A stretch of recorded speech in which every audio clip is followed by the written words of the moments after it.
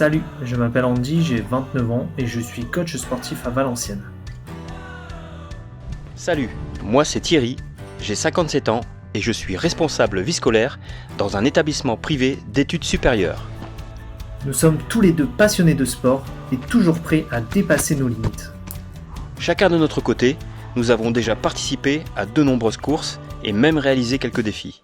En 2019, je traversais 450 km du désert de Mongolie pendant 12 jours. Et moi, je traversais la France en courant sur plus de 1000 km. Cette fois-ci, nous avons décidé d'unir nos forces pour aller plus loin et nous dépasser encore plus. Et pour ça, un pays nous a paru évident, l'Islande, la terre de glace et de feu.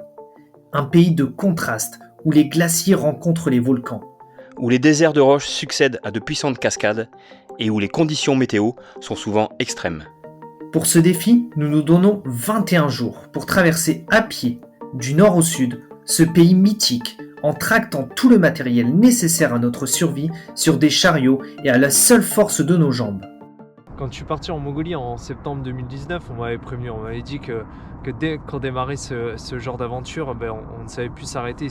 À travers cette aventure, nous voulions sensibiliser les populations à ce changement climatique en allant au plus proche du plus grand glacier d'Europe, le Vatjanokoul, qui, si rien n'est fait, devrait disparaître d'ici moins de 200 ans.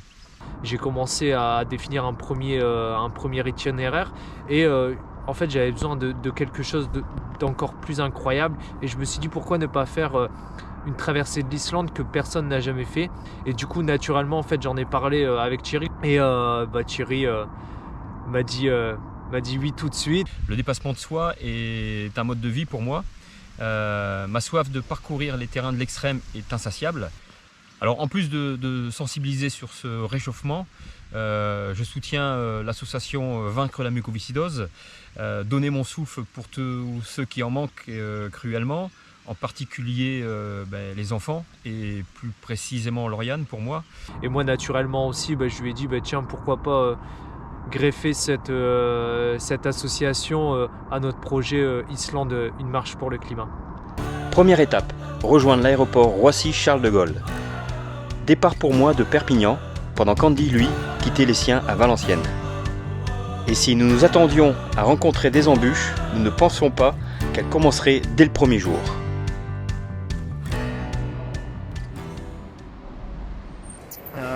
Du coup vous l'avez vu, on a eu le vol annulé. Du coup ça nous laisse 2 jours de moins sur place et c'est énorme, sachant qu'on va faire entre 80 et 100 bandes par jour, donc ça fait 200 bandes qu'il va falloir récupérer sur le reste de l'aventure. Mais voilà, on a eu 5 minutes d'énervement où ça bouillonnait un petit peu en nous. Après voilà, on a fini par accepter, on s'est fait un petit café et voilà, l'aventure elle ne sera que plus belle et plus intense. 2 jours plus tard, nous aurons finalement notre avion pour Reykjavik, un voyage de plus de 2000 km dans les airs.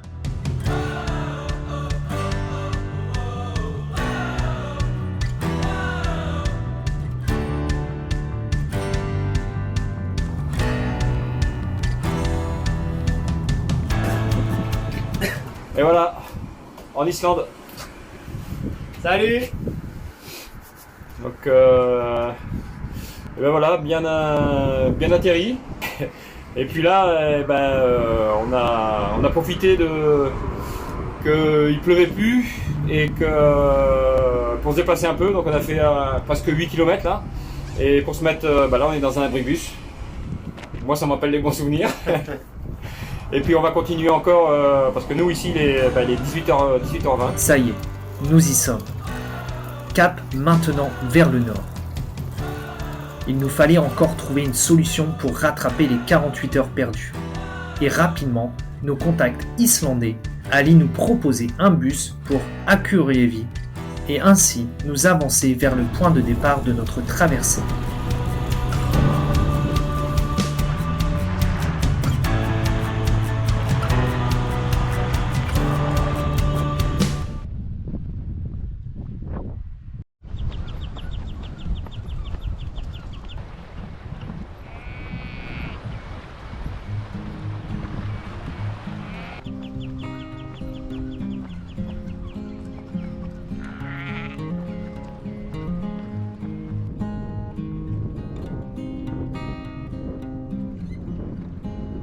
Notre périple vers le sud est lancé. 1500 km nous séparent de Vic et déjà, on nous a plusieurs fois traités de fous.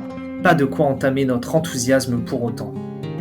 Nous allons découvrir plus tard que les Islandais qui nous ont mis en garde n'avaient peut-être pas tout à fait tort.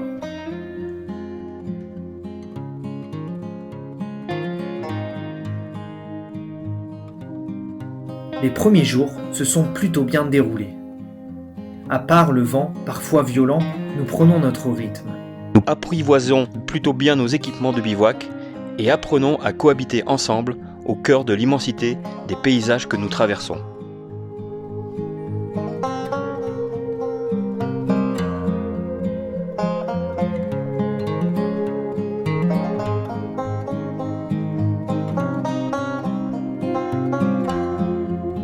Aujourd'hui dimanche, 8e jour. On a pris un itinéraire, on va dire plus facile techniquement, parce que la piste est moins caouteuses, moins boueuse. Et sinon, bah voilà, c'est un parcours sinueux avec de longues lignes droites en montée. Là, on va en direction les glaciers, le Vajanopool, donc ça monte. On est là. Et un peu plus loin là-bas derrière. Mais tranquille, chacun son rythme, hein, voilà. On se regroupe tous les 5 km. Voilà, pour voir si tout va bien. Et puis moi j'ai toujours en visuel, donc c'est le principal. Voilà. Bon ben on continue. Allez, à la prochaine. Une des difficultés majeures de ce défi réalisé au mois de juin est que le soleil ne se couche jamais. Il fait jour 24 heures sur 24.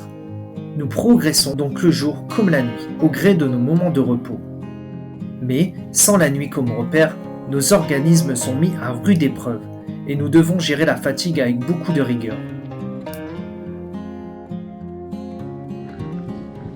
Bon alors Thierry, qu'est-ce qui s'est passé? Trop de puissance dans les bras. La charrette était retournée, elle avait tordu un peu le bras. Et en voulant essayer de le redresser un peu, avec le froid, ça n'a pas tenu, ça a pété. Donc il a fallu trouver un système. On lui a fait une attelle. On va voir ce que ça va donner. Mais... Donc voilà, il faut qu'on réagisse vite parce qu'on est à presque 1000 mètres. Il fait 0 degré et faut pas trop traîner non plus. C'est pas le top, mais je crois que ça tienne.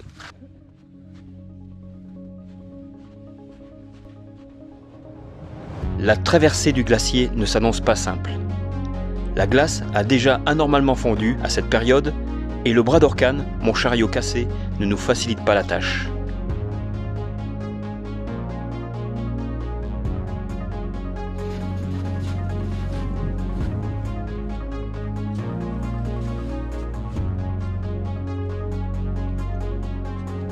Avance sur votre pied et à fond maintenant, voilà. Ok, impeccable. Troisième passage à guerre. Là-bas. Sur les petits cailloux.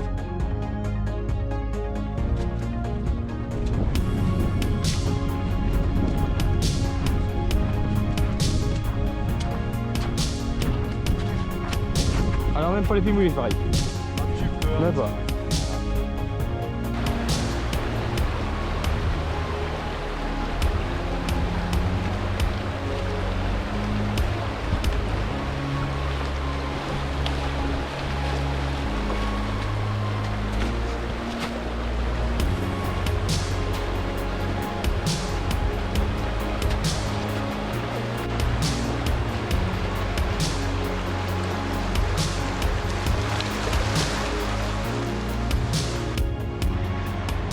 Allez, troisième passage pour Thierry avec la chariote, la mienne. En tout cas, quand tu verras cette petite vidéo, Thierry, je te remercie beaucoup d'avoir proposé de porter ma petite chariote.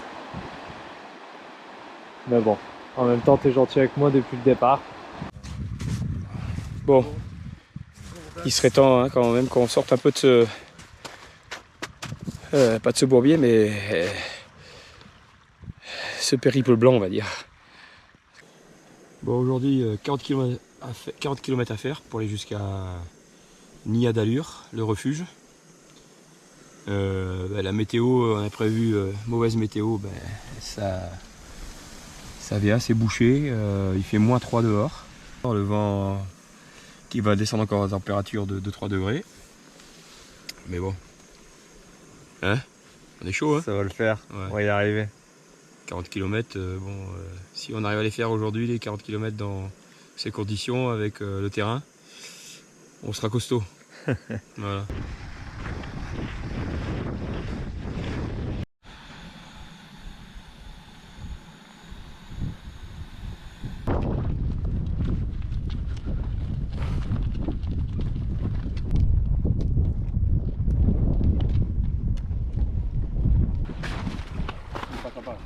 Nous monterons finalement un autre bivouac avant d'atteindre le refuge de Nia d'Allure.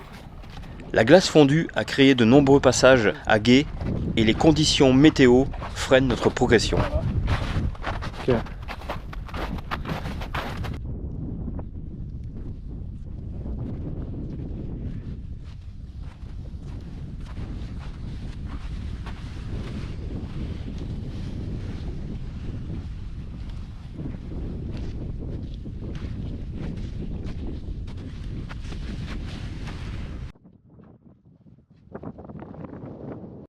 Il va y avoir une intersection après. C'est finalement, après de nombreux efforts, que se profile devant nous la perspective du repos et de la chaleur du refuge.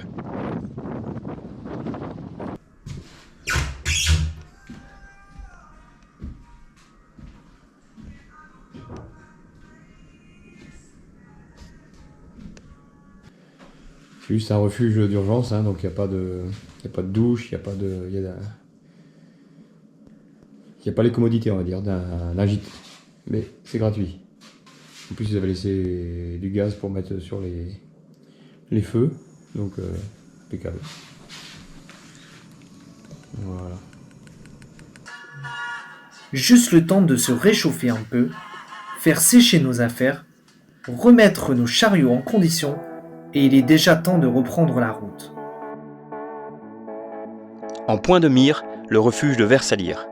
Même si la nuit fut fraîche, c'est rempli de motivation que nous repartons avec pour objectif de boucler les 45 km qui nous séparent de Versailles, d'une seule traite. C'est quoi cette météo là, Thierry?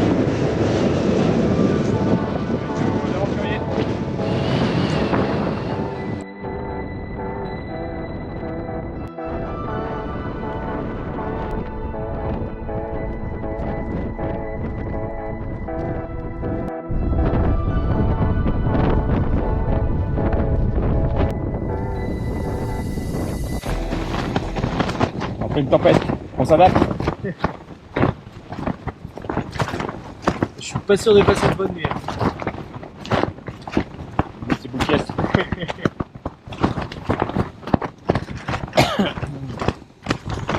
Bon bah ce soir, on se fait un Coma Chicken and Rice, poulet korma et riz. Voilà pour ceux qui n'ont pas compris. Notre 3e repas de la journée quand même. Ouais, parce que,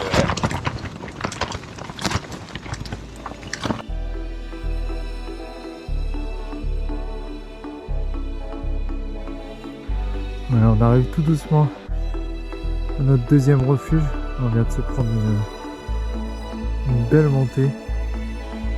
Vous avez le lac là, sur la droite.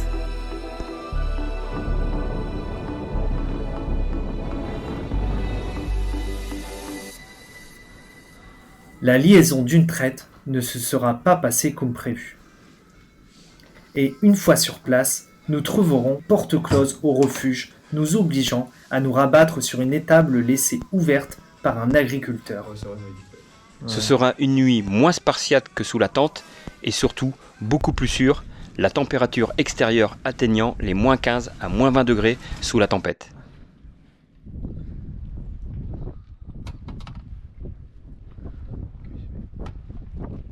Déjà 14 jours que nous avons commencé ce périple.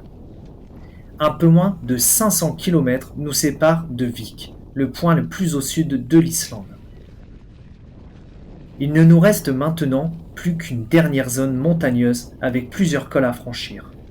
Mais avant ça, nous ferons une pause bien méritée dans un gîte tout confort avec cette fois-ci une douche et de quoi nous restaurer, non loin de sources d'eau chaude de cette zone volcanique. Malheureusement, la météo instable que nous rencontrons depuis plusieurs jours nous poursuit. Et même empire. Et voilà notre quotidien depuis 5 jours. Là on a attendu la bâche, pour pouvoir manger un peu tranquillement. Et il n'est que midi moins le quart. On voit plus rien.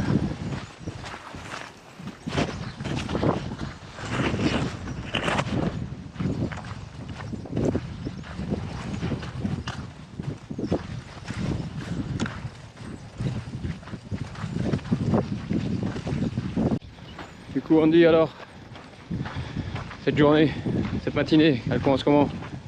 Bah, elle a commencé en fraîcheur, mais comme depuis le départ, hein, on n'est pas gâté par la météo, mais ça rend cette aventure encore plus dure, incroyable, et puis ça nous laissera de très bons souvenirs.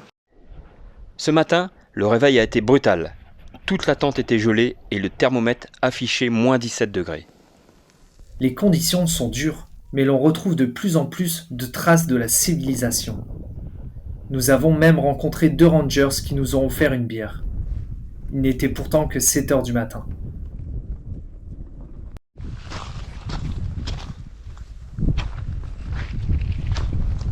C'est parti. Direction les bains d'eau chaude. Il doit faire 0 degré dehors.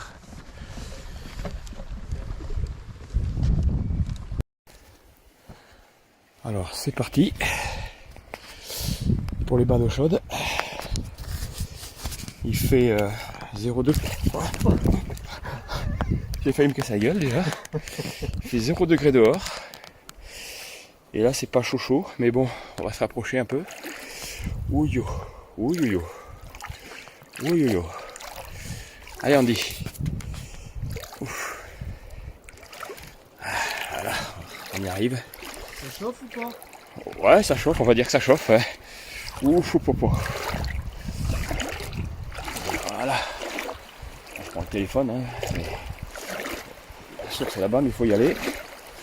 On nous a dit que c'était pas très chaud encore. Bon, c'est pas encore chaud, mais voilà, ça chauffe un peu. Ouh putain, oui, ça chauffe. Oh, ça commence à être bon là. Waouh. Là, ça commence à. Ouh putain, le vent. Quand on va sortir, ça va être l'enfer. Ah. Mais quand on va ressortir, ouh putain. Ah, ça chauffe. Un courant d'air froid quand même. Ouais, il y a. C'est le sol qui est chaud. Oh, ouais, c'est désagréable. Oh putain, ce vent en plus. Mais la hop, aventure est là. On y est. Ouajou. Nous ne le savions pas encore, mais ce petit moment de répit précédait les 48 heures les plus dures de l'aventure. Allez, on va lancer le live, le 18e. Go live. Salut. On est parti de Lamanal au Gard vers 10h30. On avait pris un peu notre temps. Et parce qu'on avait prévu de faire une étape pas très courte, enfin plus courte que les autres. Et puis après, ben, tout s'est enchaîné. La neige est arrivée, le vent, on a commencé à avoir la neige jusqu'au mollet, après du mollet jusqu'au genou. Elle est arrivée au même moment que d'habitude, à un moment où on se décide de se faire une petite pause repas. Bingo, hop, le vent il s'est levé, la neige a commencé à tomber et ça n'a pas arrêté pendant 2 jours. Hein.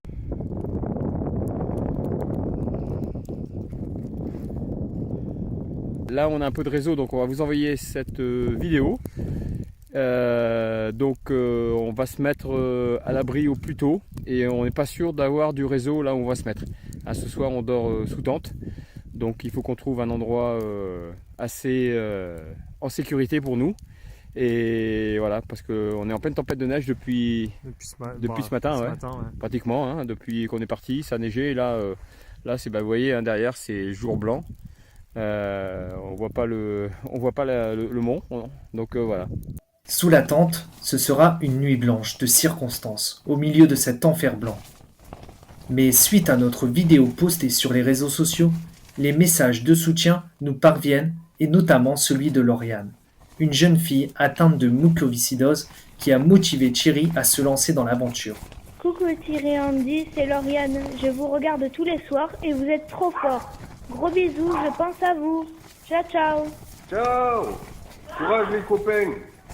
On a eu le soleil qui a commencé à percer vers 11h30 et puis vers 14h, on avait un peu plus de soleil. Bon, le problème c'est que ça fait fondre tout de suite un peu la neige qui était un peu croûteuse, qui nous permettait de rouler de tirer la chariote pour qu'elle roule, mais là ça a accroché la neige sur les roues, donc on avait des pneus qui étaient larges comme ça.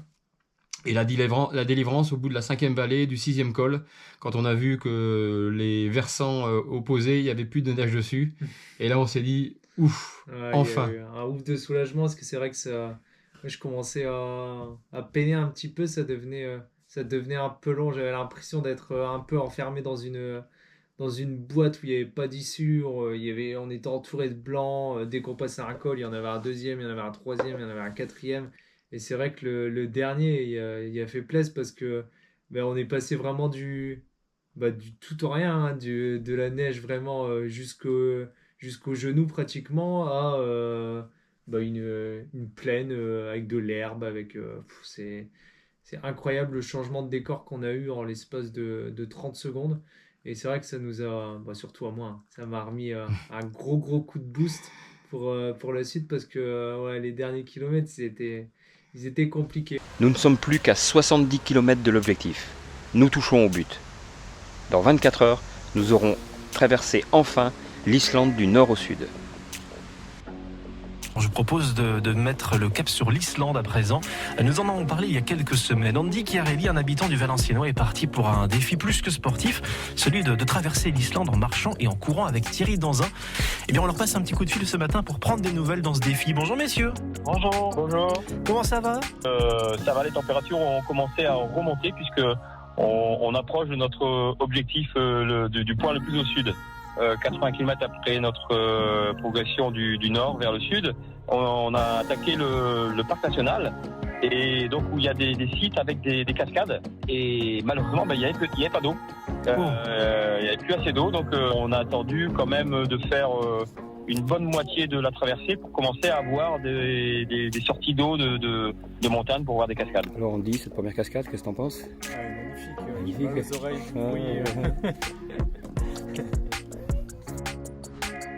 Un dernier moment de repos dans une cabane abandonnée rencontrée sur la route, avant de longer les falaises qui précèdent la ligne d'arrivée de Vik Myrdal.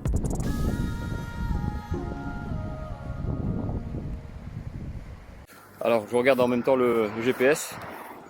On va arriver sur le point le plus au sud, qui est l'arrivée de cette traversée. On a calculé vite fait, là on a dépassé les 1500 km il y a 2 heures. Mais voilà, on y est, ça y est. En 20 jours. Hein, le défi on voulait faire en 21 jours, voilà, en 20 jours. Hop. On arrive au bord de mer et voilà, les dents elles sont là-bas. C'est vrai que c'est une journée un peu, même beaucoup très particulière, parce que moi c'est une journée que j'avais imaginée avant le départ, et voilà, j'y pensais chaque jour à cette arrivée. Je pensais pas moi cette aventure la vivre comme ça, mais je vous l'ai dit régulièrement dans les lives, hein, je pense il y a peut-être 10% des choses qu'on a vécues que je pensais vivre, le reste c'est du bonus, donc 90% de bonus, et franchement ça restera une aventure très marquante dans ma vie qui va me changer énormément d'un point de vue personnel. Et puis notre soutien pour l'association Vaincre la mucoviscidose aussi qui nous a menés jusqu'ici parce qu'on a eu des grosses périodes assez compliquées et c'est vrai que c'était quand même une source de motivation de savoir qu'on le faisait pour une bonne cause, pour faire connaître cette association. Pensée particulière à Lauriane, à Floriane avec qui on a été en contact. Et puis nous on continuera de toute façon à nous battre, chacun de notre côté, parfois ensemble aussi, je l'espère, mais pour l'association parce que c'est une association qui est maintenant rentrée dans mon cœur et qui va du mal à en sortir, je pense. Voilà, il a tout dit. Moi, j'ai plus qu'à dire bravo Andy. Et voilà, mission accomplie. Nous avons rallié le point le plus au nord de l'Islande au point le plus au sud. 1800 km de marche et 3 semaines d'efforts auront été nécessaires. Une aventure qui allait me laisser des souvenirs à vie. Le mot qui me vient à l'esprit est partage. Partage dans l'effort avec Andy, avec les Islandais rencontrés sur place. Les émotions, moi j'avais limite envie d'abandonner et puis arriver 10 à 15 minutes plus tard dans une émotion vraiment incroyable où on voyait qu'on sortait un petit peu de ce désert blanc. C'est bon, hein? Ça fait du bien de manger. Le moment où il a fallu se déplacer en pleine tempête de neige, où on ne distingue pas le ciel du sol, et le passage de notre dernier col, avant de redescendre dans la vallée, avec cet émerveillement que Andy a pu avoir quand il venait de se rendre compte de ce qu'il venait d'accomplir. Là, en partant avec Thierry, on savait qu'on allait devoir, entre guillemets, cohabiter, et on a fait mieux que ça, puisqu'on a habité ensemble. Bien sûr, ce binôme formé avec Thierry, moi, il me laissera une trace à jamais en moi. On l'a bien vu là. L'Islande nous a offert le décor, nous, on y a inventé l'histoire.